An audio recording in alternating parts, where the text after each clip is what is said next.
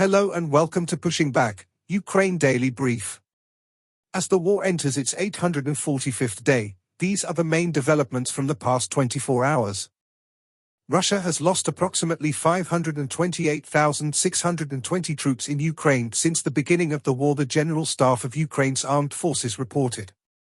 The number, which has not been independently verified, includes 1,230 casualties over the past day.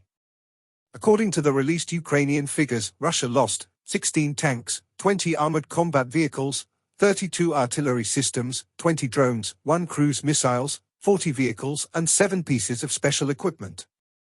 The update from the General Staff of the Armed Forces of Ukraine. The enemy launched 119 combat clashes. The Russians carried out 32 airstrikes, including 39 anti-aircraft missiles on the territory of Ukraine. They also used 475 kamikaze drones and carried out 2,600 attacks on the positions of Ukrainian troops and settlements using various types of weapons. In its latest intelligence update, the UK's Ministry of Defence reports Russian forces captured Novo-Alexandrivka village in eastern Ukraine, putting them closer to a key Ukrainian supply route. This follows Russia's capture of Avdiivka in February and is likely a prelude to taking Vostvyzhenka village to cut Ukrainian supply lines. In its latest intelligence update, the Institute for the Study of War. NATO Secretary-General Jens Stoltenberg stated that NATO may take steps to enhance NATO's nuclear deterrence, eliciting varying responses from senior Kremlin officials. Russian President Vladimir Putin dismissed 4 deputy defense ministers and replaced them with a close relative, the son of a former Russian prime minister, and an economist on June 17 in an ongoing purge of officials in the Russian Ministry of Defense.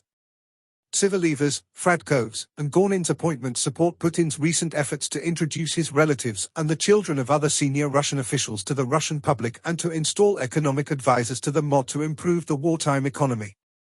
Russian mill bloggers largely focused on celebrating the dismissal of Pankov, Salikov, Shevtsova, and Popov and largely overlooked the apparent nepotism that benefited 2 of the new deputy defense ministers. A Russian state media outlet manipulated an interview with International Atomic Energy Agency Director General Rafael Mariano Grossi to blame Ukraine for strikes against the Russian-occupied Zaporizhzhia nuclear power plant in an attempt to legitimize Russia's illegal occupation of Ukraine.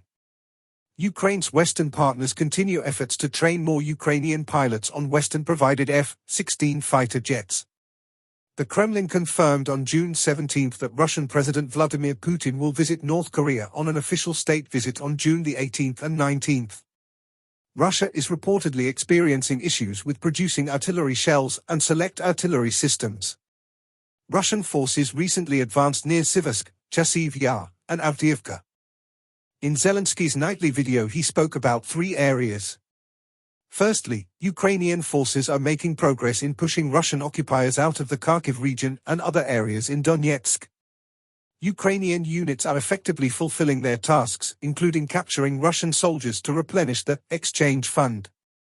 Secondly, he spoke about discussions on the importance and success of drones, which Ukraine produces and uses extensively in combat. Ukrainian drones have shown strong results in destroying enemy equipment, and Ukraine is a global leader in certain types of unmanned systems. Partnerships and interest from other countries in Ukrainian drone technology were also highlighted. Lastly, he spoke about the peace summit marked a significant step towards peace with unprecedented global unity for Ukraine.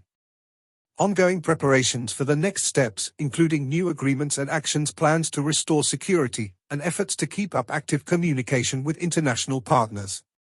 There were also discussions on Ukraine's EU accession negotiations. Thanks for following today's updates. Please don't forget to like and subscribe for more content. We'll return tomorrow with the latest news on the ongoing conflict.